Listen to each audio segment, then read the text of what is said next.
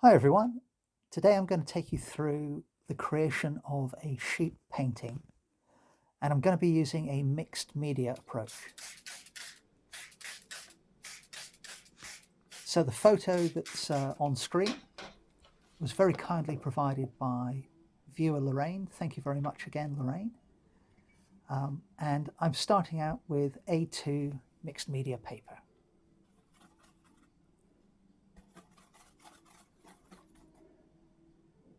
Now I prefer to paint onto a wet surface because it allows me to cover a lot more area in as little time as possible. And I'm coming in with interactive acrylic using a flat brush.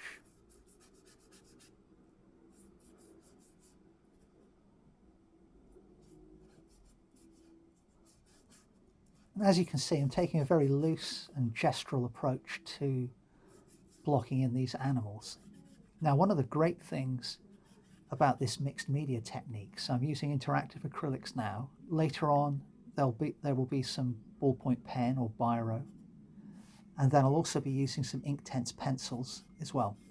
But one of the great things about this technique is that you don't have to worry too much about getting it right straight away. Now, what I mean by that is, I'm definitely trying to get it right. I'm trying to, get the proportions and the position of these animals correct as best I can, within, certain artistic interpretations. But if I do make the odd mistake here or there, then it's going to be fairly easy for me to correct. But we'll get to that later on.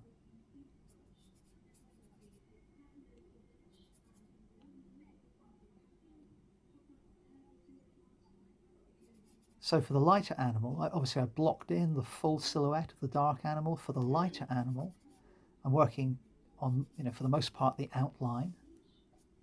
But even here, I can start to pick out some regions of shadow. So for example, there is some texture on the whole fleece, and down the chest of this lighter animal, it's kind of darker. But I'm not blocking it in as fully as the dark animal.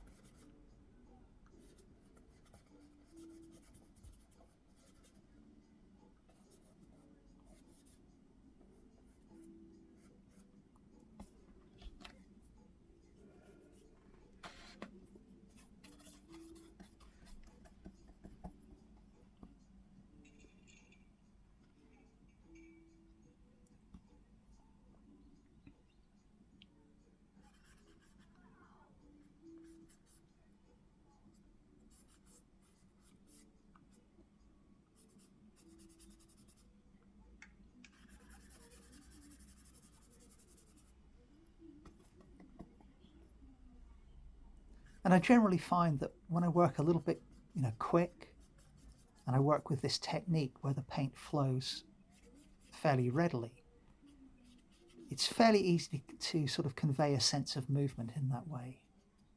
There's something about the liveliness of the marks that you put down which helps to create something of a sense of life and movement.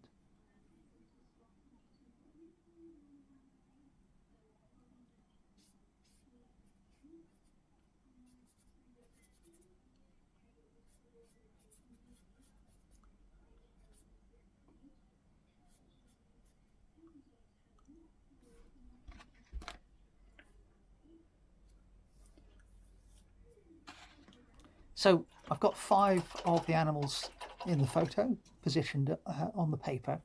Now I've deliberately placed them a little bit over to the right, so because they're moving left, it kind of gives them a bit of space to walk into. And I've put them a little bit above the halfway mark in general. The sort of center of mass of that little group is above the halfway mark on the paper.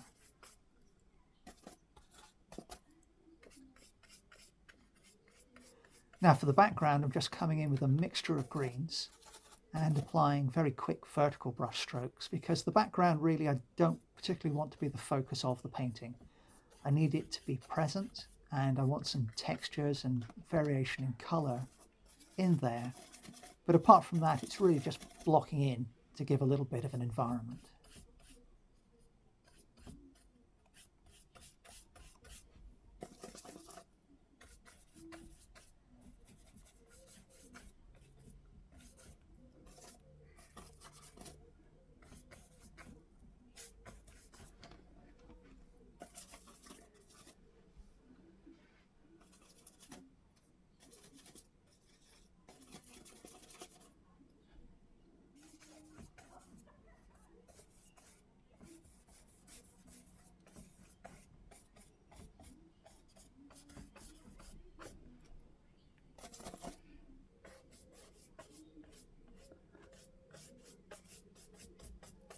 Now, if you look at the sheep in the middle on the right-hand side, I haven't described the rear legs of that animal. And so that's part of the reason I swept in that kind of very bluish green to cover where the rear legs would be. So this is very much a stylized approach to depicting animals, and it might sort of tend into the surreal a little bit, but that's part of the fun of this approach. Now I just added a blast of water with the water spray bottle, and the paint started to run. And again, I don't mind. It's much more important for me at this stage to keep the paint fluid so that I get interesting marks within each brush stroke, and I may well get some interesting effects as the paint runs and spreads across the paper with that addition of water.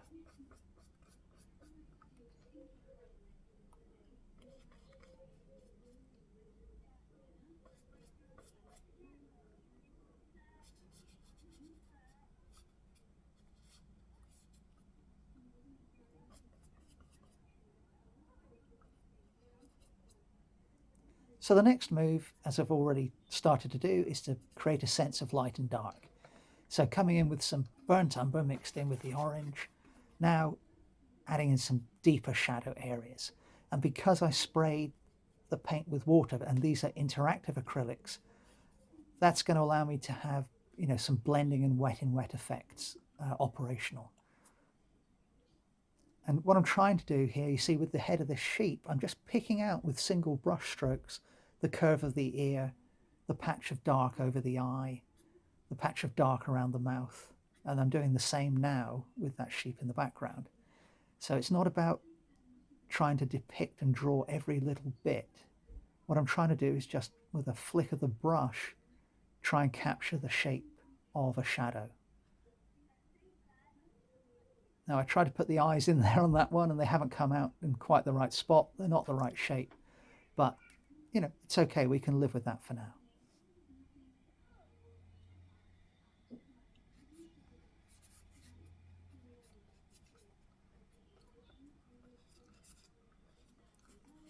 Bit of a hint of cast shadow going in there.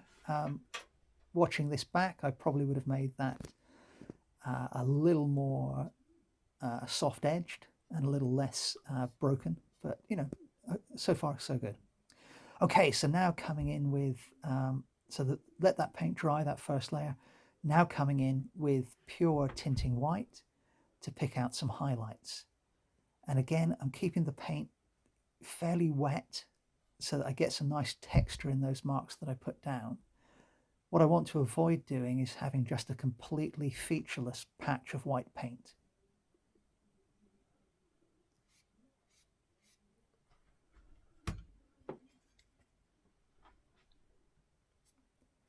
Little upward flicks of this frayed brush produce little frayed edges in the brush stroke, which helps to describe some of the texture of the wool. But what I'm basically trying to do here is, in the same way I just picked out key, very dark shadow shapes before, I'm now trying to pick out key light shapes. And for the most part, notice I mean, it's partly because of the way the reference is. The deepest shadows were on the front two animals for the most part. But in addition, I'm generally speaking going to be doing more work on the foreground animals than the few in the background. So again, the idea is to loosely define everything, somewhat refine all the animals, and then the highest level of refinement will be for the animals at the front. And in general, that's my approach.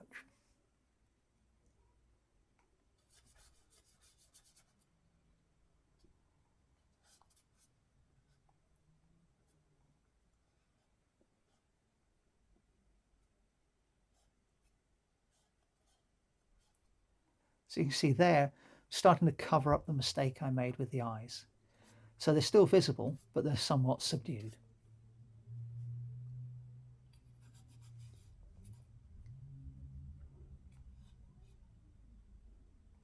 And as I paint away, it's a constant sort of dialogue in my head between what I'm intending to do, what I get, and how I'm going to respond to what I've ended up getting. So, for example, that that sheep off in the very background there, sort of going up to the left, the back's at a diagonal angle.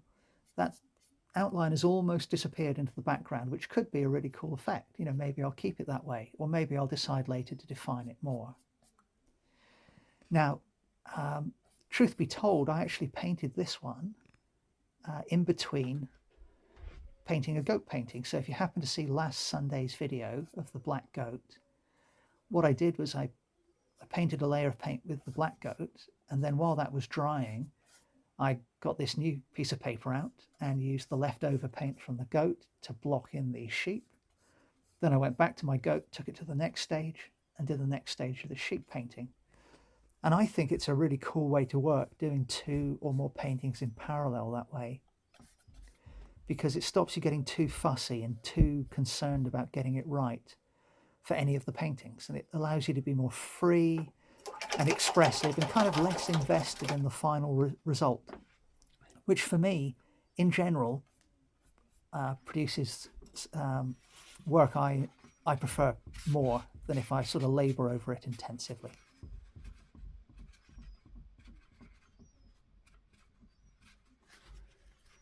So once the paint was dry, what I've done is I've gone round the image and used a blue ballpoint pen to add some line work.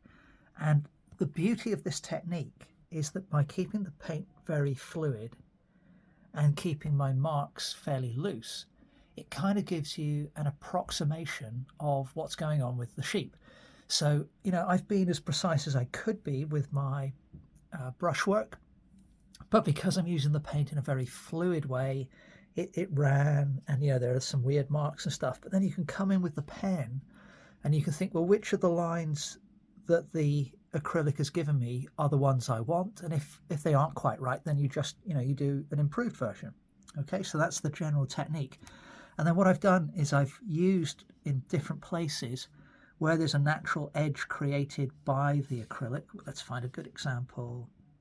So for example here, a lot of these lines are actually, I've just drawn around the little brush marks that existed to give these frayed edges, and then other bits are my own. So it's a really enjoyable combination of taking the random patterns that have been created and just enhancing them by drawing around the edges, and then doing my own line work to add to that further. And then for each of the eyes, and I've done this on all of the animals, I've coloured them in with a subdued orange, so it's a little bit of the straight out of the tube orange and a little bit of burnt umber, and I'm going to go back in now and work on the eyes a bit more, and then obviously I need to address the foreground as well.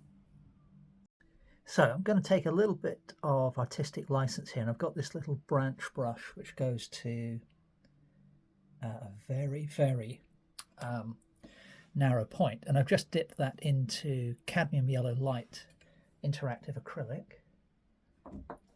and I'm just going to add so that the light is in general coming from the right hand side. So I'm just adding little bursts of yellow to the eyes on the right sides of the animal here, or the animals I should say. And then while that paint is still wet, just clean the brush and just got a little bit of the tinting white interactive acrylic, and I'm just going to put little random flicks of white on those same eyes on the right side of the animal. And then what I'll do is on the left side eyes, just put the smallest little white highlight as well. Okay, so I'm going to let that completely dry, and then what I'll do is I'll come in with either my ballpoint pen with the blue, which I think is probably the way I will go, but I might switch to Unipin marker, and I'll put in a little bit more detail and the kind of the pupils of the eyes, as I say, when that's dry. Now in the reference, these sheep are wandering along a road, but I want to just do something a little bit different and have them wandering through some grassland. I also need to address the feet as well at some point, although I may just leave those as they are. We'll see. I think I definitely want to add a bit of shadow onto that bright orange leg. So we'll come back to that in a moment. But in terms of dealing with this foreground, I'm switching to Inktense pencils here. So these are, as the name implies, ink pencils. And I'm just going to grab a random green. So this is teal green. And I'm just going to put in some random grass-like marks. And I'm deliberately going to go over that these vertical runs I've got. I don't mind if they show through a bit, but I don't want them too prominent in the composition. If I could have thought of a way of kind of turning them into something, I would have done, but I can't. Nothing is jumping to mind. I mean, I guess I could. It's almost like there's a gap in a big block of stone here, so I guess I could have done something like that. But we'll leave it as it is for the moment. So that was a bit of teal green. Next on the list then is, I've got ink black here, so I don't want to do that, but we will do a bit of baked earth. I'll put a little bit of that, just a little bit up into the grass area, and actually that's quite a nice colour. It's almost a perfect match to the paint, so I'll use that to add a little bit of shadow on that leg there, and perhaps up here as well, without going too heavy on it. Let's put some more marks in and around down here. So I'm deliberately, as you can see, working quite quickly and trying to be not too descriptive, at least not at this stage. And then, because I've used orange everywhere, this pencil is tangerine.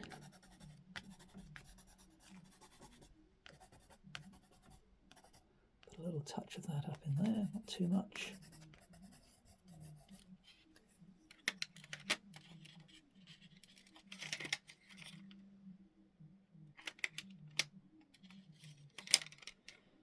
And next I have leaf green.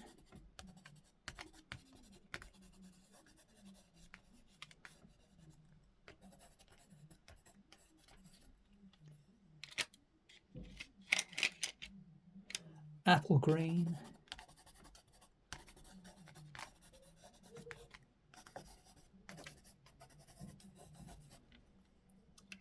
And then bark.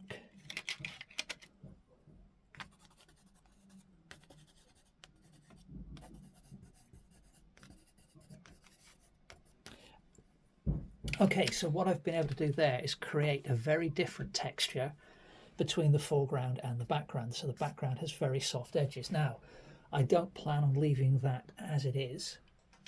And one of the fantastic things with Inktense pencils is if you take a clean wet brush and then work them through the pencil marks you've just put down, then the colours become far more vibrant. And I don't know how well that's showing up on camera, but at the end of each brush stroke, I'm getting lots of little sort of micro blades of grass being created as well. So it's just a really quick way to add some interesting texture to a painting or a drawing.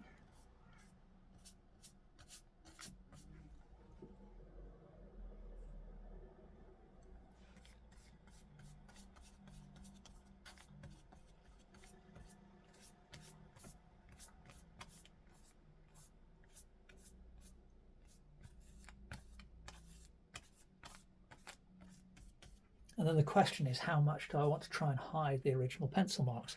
And to be honest, I'm not even sure how much I can hide them, but I think if I work even more water over those marks, they will become more and more subdued. But at the moment, I'm actually quite liking the effect I've got. So I'm going to let that dry, and then I will come in perhaps with a little bit of the interactive acrylics on top of that once this is dry. Once this Inktense dries, it's waterproof, so it's really good stuff. nice to work in a layered fashion. But at the moment, I'm enjoying the three key regions of the painting I've got. I've got the very subdued background, I've got the animals, and then I've got the more textured ground. So we'll leave it there to dry and be back in a second. All right, well, I've added the little hints of pupil and shadow to the eyes. Nothing too much. I didn't want to overdo it because obviously this is a very stylized rendition of some sheep. I've also used the same blue ballpoint pen that I used elsewhere to just pick out a few of the weird little edges and plant shapes that were kind of haphazardly created. But at the moment, I'm really kind of liking the texture of this foreground. I did forget to just run the wet brush over that bit of shadow that I put on that leg and that one there. So I'm happy to have smoothed those textured marks out. So here's a look at the finished painting. This is one of my favourite recent paintings. I really like it when the paint or the media you use give you unexpected effects and then having to kind of dance around that and work with it. And I think I've ended up with some interesting textures and mark making within this painting. And I think it's just a really fun painting to look at, and I kind of feel the more I look at it, the more little bits I can find within it. So I hope you enjoyed this one. Thank you very much for watching, and hope to see you next time.